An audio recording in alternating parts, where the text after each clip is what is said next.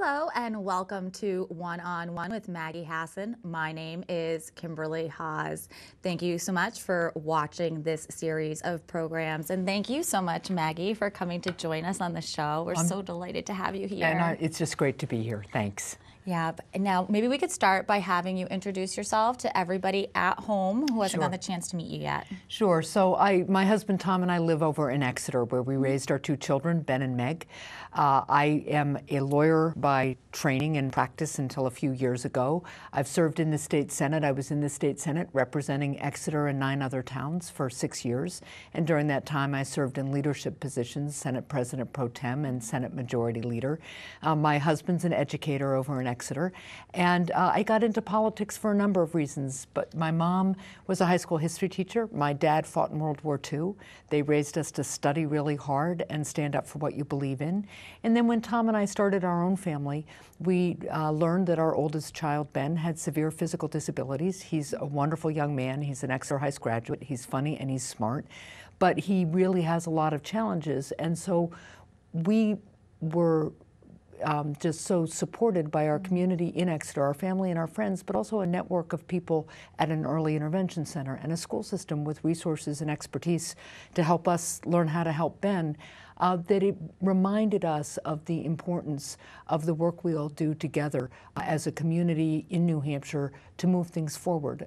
21 years ago, a school bus came into our driveway and picked Ben up, and up he went on the lift into the bus, off to his first day of preschool. And all I could think about was, had it been a previous generation or two, we would have been pressured to put Ben into an institution. But here he was going to school in his hometown, going to have a chance to learn and make friends. And it was a reminder that what we do in a democracy, people before the Hassan family paved the way for our son to go to school in his hometown.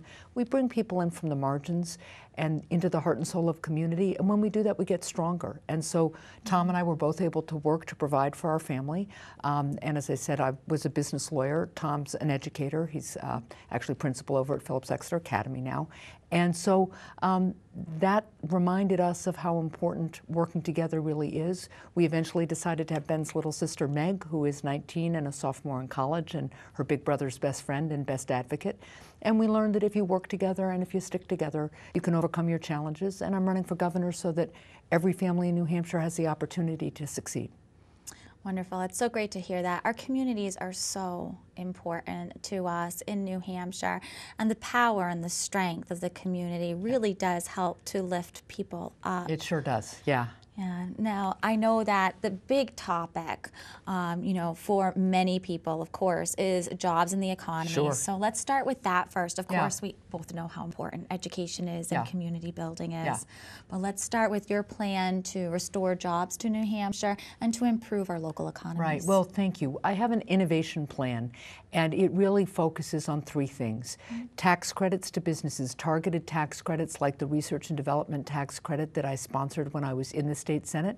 I think we should double that, because that, of course, attracts innovative businesses right on the cusp of new technologies or new industries to our state.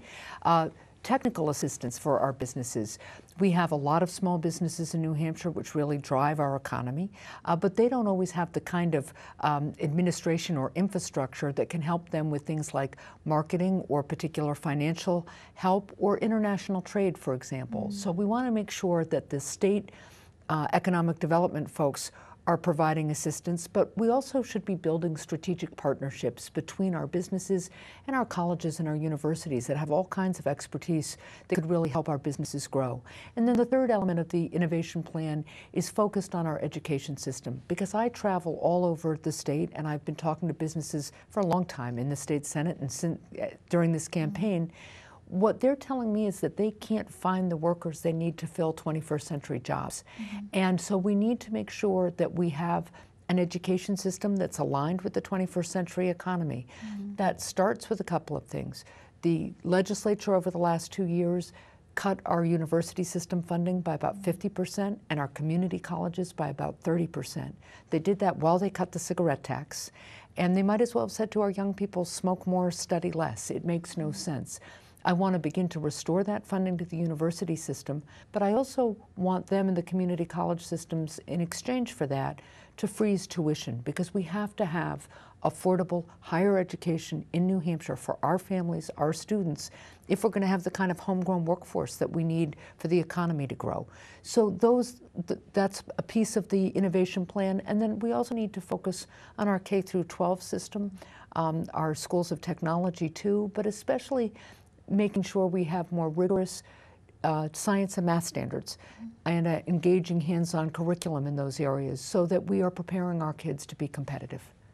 Yes, it's a very multifaceted approach, right. but a very important approach that the business leaders and the educational system work hand in hand. Right. So we have the educated workforce that we need to take on the jobs that are actually available right.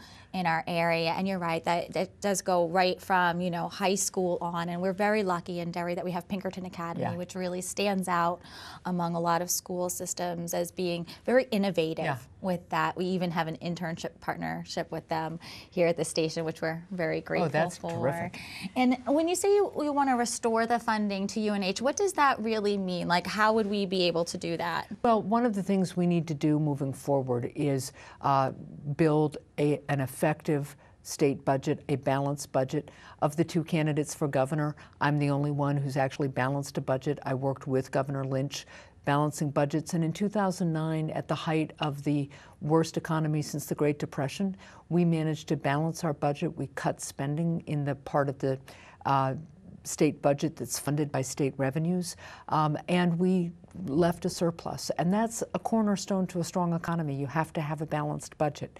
So first things first, you have to have an approach for making government as effective as it can be. So I've put forward some budget reform proposals about our budgeting process that will improve our audits and implementing our audits, increase efficiency in state government, make sure we're all using the same facts when we start talking about how much revenues we have when we plan our budget, and making sure we have performance measures in state government.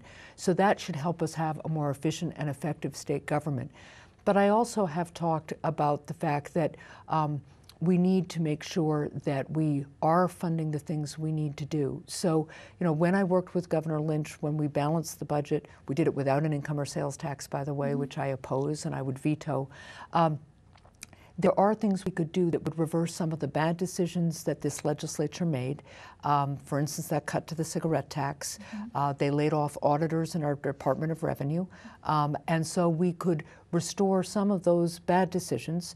We need to focus on economic growth so we can grow and have the resources we need. And then I also support one high-end, highly regulated casino near the border of Massachusetts, because I think now that Massachusetts is going to have all those casinos, we should be competing with them and keeping New Hampshire revenue, both gambling revenue and rooms and meals revenue, here in New Hampshire for our needs.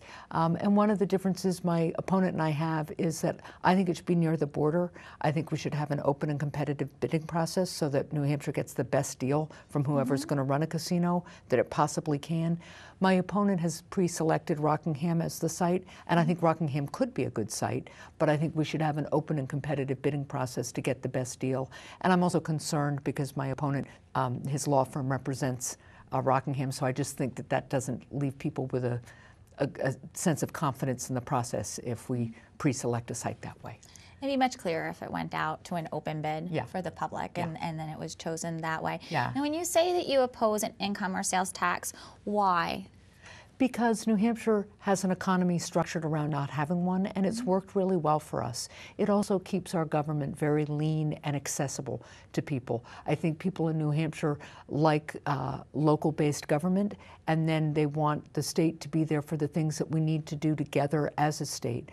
But it has made us a very strong economy, and so I think it's really important to recognize that, and I think it's really important because it makes us do things a little bit differently, be creative, and again, keep our government small and lean and accessible. I always love to ask you that question because I'm originally from Maine, so I'm just used to the philosophy of having both taxes. So moving here to New Hampshire is a little bit different, and the way that people go about creating a budget without those two factors is very, very interesting to me. Well, you know, one of the things I did when I was in the state Senate, Massachusetts tax collectors tried to collect Massachusetts sales tax from New Hampshire businesses, and we actually wrote a law to keep them from doing that because it's so important to our economy, especially around the borders, not to have a sales tax. And we also have structured our business tax structure in a way not to have an income tax.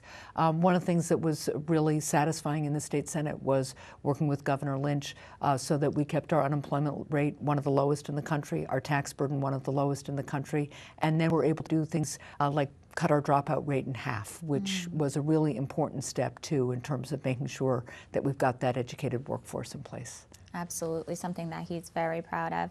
Yeah. Now, let's turn to some more of the social issues.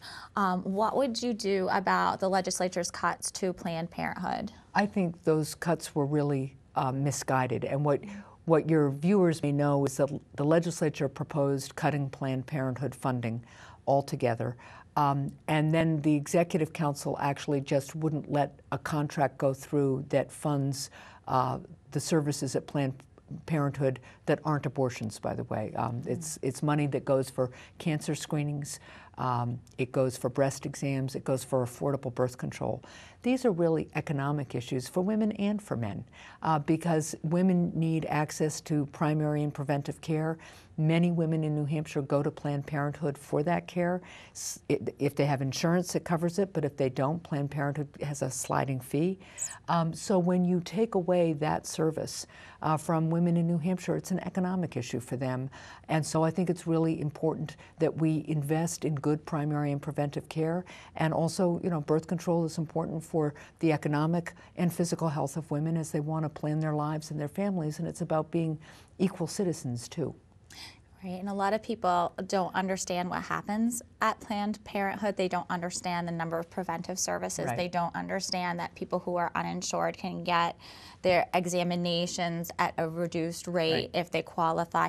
And particularly people don't understand the services that they provide to men. And I think that's something that we have to, you know, nudge our other gender on and say, you know what, family planning is very important to both sexes, not just for physical health, but for economic health and well-being. Well, and that's, you know, this is something too that our founders understood. When you look at individual liberties and freedoms in the United States, what our founders understood is you could be a strong union and a vibrant economy only if you were respecting all people as equals in part of that economic and community development. And women need to be trusted to make their own decisions, and they need to be full partners in the economy as well as in our communities and in our families.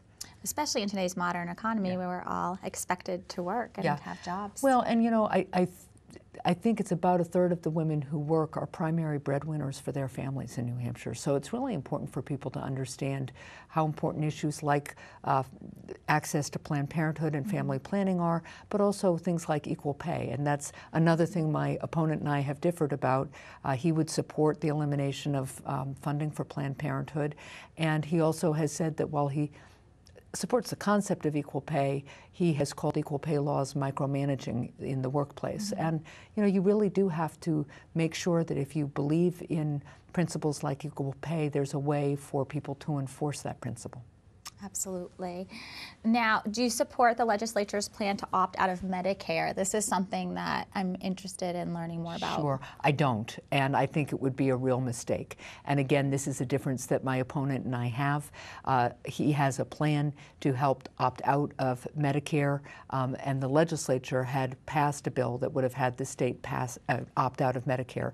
And the problem with that is that it would allow either our state legislature or private insurance companies to run health care for our seniors, which would drive up the cost. I mean, the reason Medicare exists in the first place is that private insurance companies have never wanted to insure older people because they tend to have more health care needs. And so, and my opponent has also supported Paul Ryan's voucher plan for Medicare in the past, which would add thousands of dollars of costs. So either way, it's adding cost for our seniors, and it's allowing our seniors' health care to be at the mercy of a legislature that made hundreds of millions of dollars in cuts to our healthcare system in New Hampshire this last 2 years. So it would be a real mistake. I want to strengthen and support Medicare, and I think it's important for people to know that there's a really important choice in this election around that issue. My opponent would pull us out of Medicare. I want to strengthen and support it. Now, how would you go about strengthening and supporting it? Well, working with the federal government, obviously, to make sure we're implementing the Medicare program appropriately, but also making sure that our hospitals and medical providers are providing care that has great results, as well as trying to stabilize or even lower healthcare costs in the state. We have high healthcare costs, and we do need to attend to that. And we worked while I was in the state Senate on a number of pilot projects that are helping change the way doctors and hospitals are paid. They're going to be paid more for outcomes that reflect positive medical outcomes and healthcare outcomes for our citizens, rather than just paid per procedure, which is the way they've traditionally been paid. And if we focus on that, and then on things like developing more electronic medical records and electronic prescribing, something I worked on in the state Senate, we went from somewhere around, I think, 30th or so in the amount of what's called e-prescribing in the country. We're now about 5th because of the work we did, Governor Lynch and some of us in the state Senate and state House did together to create incentives for e-prescribing. Those are the kinds of things that really improve outcomes. Now, what is e-prescribing for people at home It's who don't know electronic about it? prescribing. So when your doctor can now prescribe medicine for you on a handheld device, and it goes into a computer and into the pharmacy electronically, what it does is speed up the prescription process, so it takes the doctor and his or her office less time. But what it also does is create a computerized record of the prescription right away, and the computer can actually know what other medicines you're on and can make sure that there isn't a mistake in the prescribing. The pharmacist can read the prescription. It sounds silly, but doctor's handwriting wasn't always great. So it's a way to avoid medical errors, speed up the process, and then have the computers check for any contraindications between the new prescription and the medicines you might already be taking. So that includes, like, even if you have two different doctors, it will all go into the same database, because I know that's been a concern for a long time. And that's part of the work they're doing too. So those are the kinds of things that we should be doing in New Hampshire to make sure that our medical dollars are spent appropriately and really are driving better and better outcomes, because the healthier we are too, the less money we spend. Absolutely. And I know, particularly for people my age, it is difficult because we're faced with a lot of concepts and things that we don't necessarily understand. And we know, like with Social Security and Medicare, that we'll need them and we want to make them sustainable. But we sometimes get frustrated, particularly with things like fraud within those systems. Sure. So I'm sure that some of this electronic information and data will help to prevent some of those issues, correct? That's right. Well, for Medicare, that's more, the federal government has a very aggressive fraud detection service and has actually in recent years squeezed out a lot of waste and caught people who were trying to defraud the program.